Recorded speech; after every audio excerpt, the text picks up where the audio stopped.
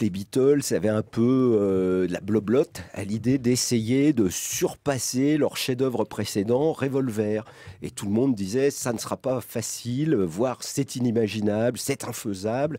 Et donc Paul McCartney a eu l'idée d'inventer un groupe qui serait appelé la fanfare des chœurs solitaires du Sergent Poivre, ce qui dégageait un peu les Beatles de leur responsabilité de Beatles et qui leur permettait de travailler comme un orchestre. Et c'est les aventures de cet orchestre c'est une espèce de pièces montées anglaises, un disque qui a été conçu comme un espèce de concept, c'est-à-dire un album de grande musique, sans tubes, sans... Oui, bah, quand même à l'époque, sans tube. Hein. Les tubes alors qu'il y en a plein. mais ils sont sortis avant. Ouais. C'est-à-dire que les deux tubes de Sgt Pepper, c'est Penny Lane et Strawberry Fields Forever, et les Beatles les ont sortis 3 mois avant l'album, en disant voilà, ça c'est le tube, ça signale l'arrivée un long play, LP, comme on disait à l'époque, et pour se concentrer sur une vraie œuvre musicale, sans être obligé d'aller chercher le client, d'appâter le gogo, ou de faire un peu des triples cabrioles. Là, ils se concentrent sur la musique. Ce qui est révolutionnaire, c'est que la maison de disques dit OK,